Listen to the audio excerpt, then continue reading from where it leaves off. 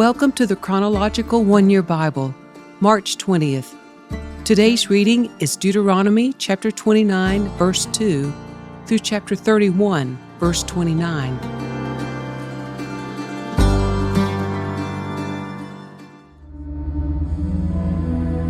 Moses summoned all the Israelites and said to them, "You have seen with your own eyes everything the Lord did in the land of Egypt to Pharaoh and to all his servants and to his whole country, all the great tests of strength, the miraculous signs, and the amazing wonders.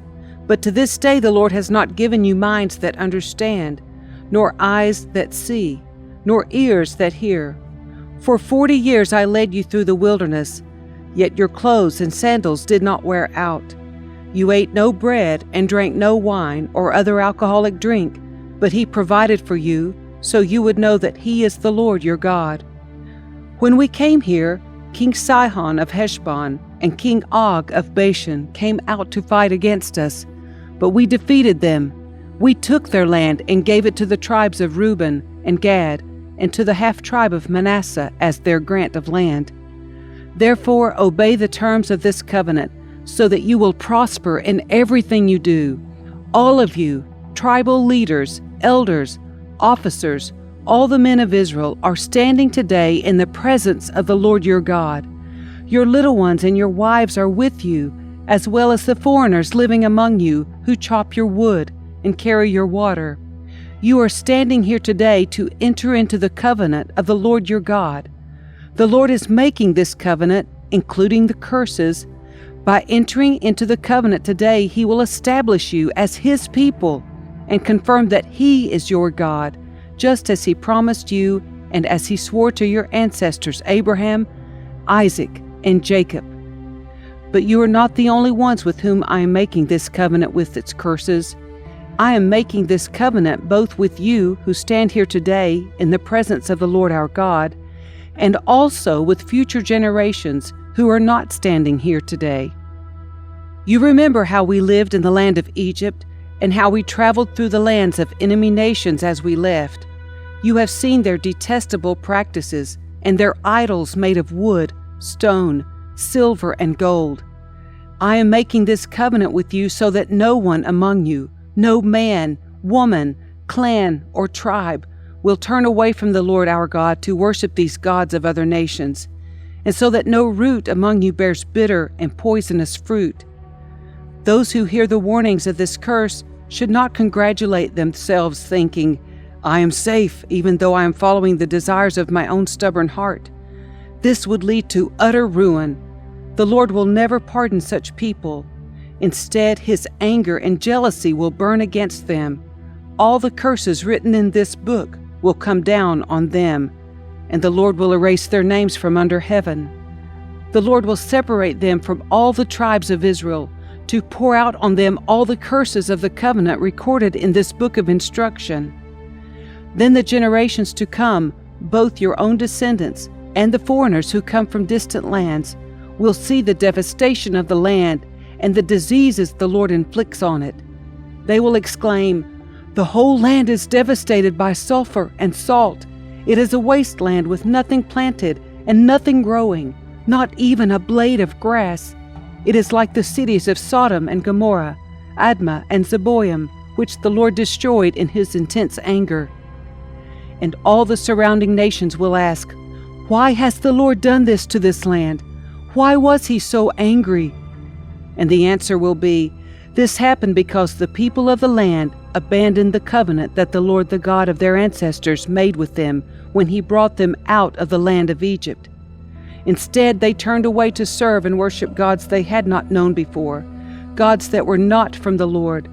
That is why the Lord's anger has burned against this land, bringing down on it every curse recorded in this book. In great anger and fury, the Lord uprooted His people from their land and banished them to another land, where they still live today. The Lord our God has secrets known to no one. We are not accountable for them, but we and our children are accountable forever for all that He has revealed to us, so that we may obey all the terms of these instructions. In the future, when you experience all these blessings and curses I have listed for you, and when you are living among the nations to which the Lord your God has exiled you, take to heart all these instructions. If at that time you and your children return to the Lord your God, and if you obey with all your heart and all your soul all the commands I have given you today, then the Lord your God will restore your fortunes. He will have mercy on you and gather you back from all the nations where He has scattered you. Even though you are banished to the ends of the earth, the Lord your God will gather you from there and bring you back again. The Lord your God will return you to the land that belonged to your ancestors, and you will possess that land again. Then He will make you even more prosperous and numerous than your ancestors. The Lord your God will change your heart and the hearts of all your descendants, so that you will love Him with all your heart and soul, and so you may live. The Lord your God will inflict all these curses on your enemies and on those who hate and persecute you. Then you will again obey the Lord and keep all His commands that I am giving you today. The Lord your God will then make you successful in everything you do. He will give you many children and numerous livestock, and He will cause your fields to produce abundant harvests, for the Lord will again delight in being good to you, as He was to your ancestors.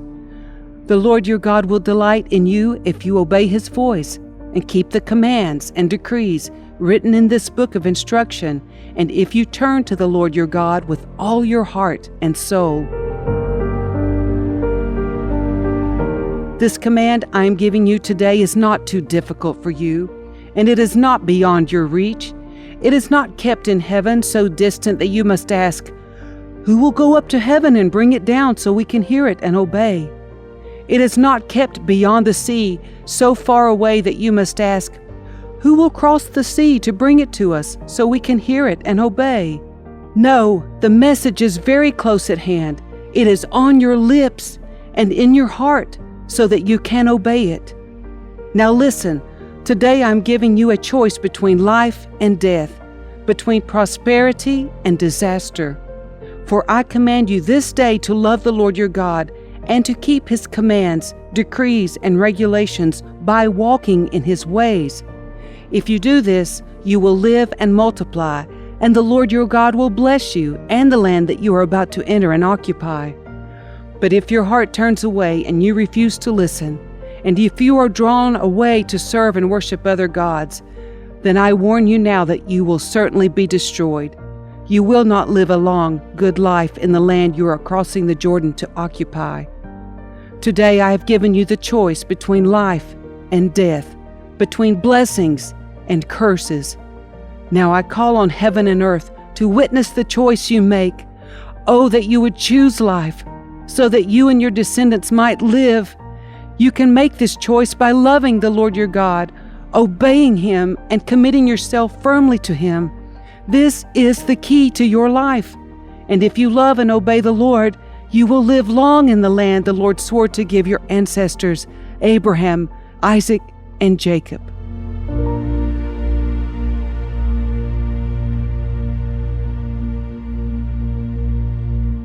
When Moses had finished giving these instructions to all the people of Israel, he said, "I am now 120 years old, and I am no longer able to lead you. The Lord has told me, 'You will not cross the Jordan River.' But the Lord your God Himself will cross over ahead of you. He will destroy the nations living there, and you will take possession of their land. Joshua will lead you across the river, just as the Lord promised. The Lord will destroy the nations living in the land, just as He destroyed Sihon and Og, the kings of the Amorites. The Lord will hand over to you the people who live there, and you must deal with them as I have commanded you. So be strong and courageous. Do not be afraid, and do not panic before them. For the Lord your God will personally go ahead of you. He will neither fail you nor abandon you." Then Moses called for Joshua, and as all Israel watched, he said to him, "Be strong and courageous, for you will lead these people into the land that the Lord swore to their ancestors He would give them. You are the one who will divide it among them as their grants of land. Do not be afraid or discouraged, for the Lord will personally go ahead of you. He will be with you. He will neither fail you nor abandon you.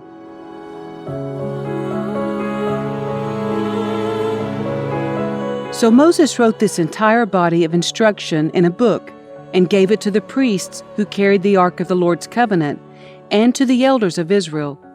Then Moses gave them this command: At the end of every 7th year, the year of release, during the festival of shelters, you must read this book of instruction to all the people of Israel when they assemble before the Lord your God at the place He chooses.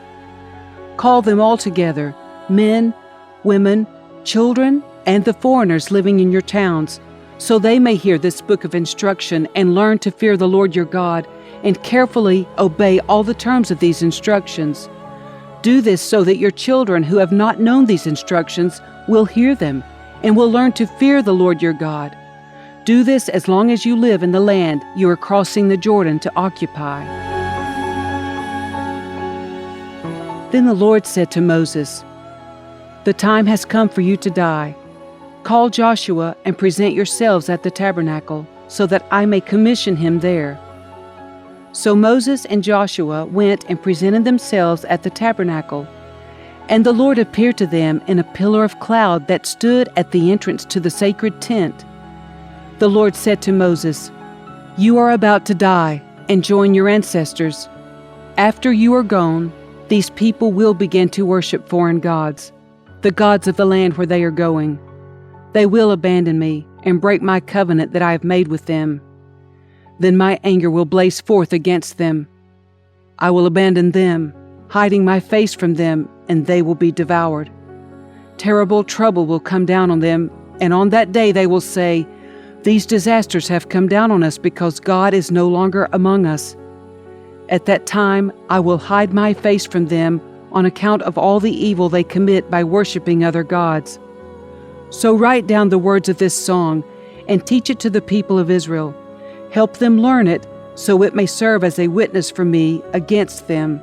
For I will bring them into the land I swore to give their ancestors, a land flowing with milk and honey. There they will become prosperous, eat all the food they want, and become fat. But they will begin to worship other gods. They will despise me and break my covenant. And when great disasters come down on them, this song will stand as evidence against them, for it will never be forgotten by their descendants. I know the intentions of these people, even now before they have entered the land I swore to give them. So that very day Moses wrote down the words of the song and taught it to the Israelites. Then the Lord commissioned Joshua son of Nun with these words, Be strong and courageous, for you must bring the people of Israel into the land I swore to give them. I will be with you. When Moses had finished writing this entire body of instruction in a book, he gave this command to the Levites who carried the Ark of the Lord's covenant. Take this book of instruction and place it beside the Ark of the covenant of the Lord your God, so it may remain there as a witness against the people of Israel. For I know how rebellious and stubborn you are. Even now, while I am still alive and am here with you, you have rebelled against the Lord. How much more rebellious will you be after my death? Now summon all the elders and officials of your tribes, so that I can speak to them directly and call heaven and earth to witness against them. I know that after my death you will become utterly corrupt and will turn away from the way I've commanded you to follow. In the days to come, disaster will come down on you, for you will do what is evil in the Lord's sight, making him very angry with your actions.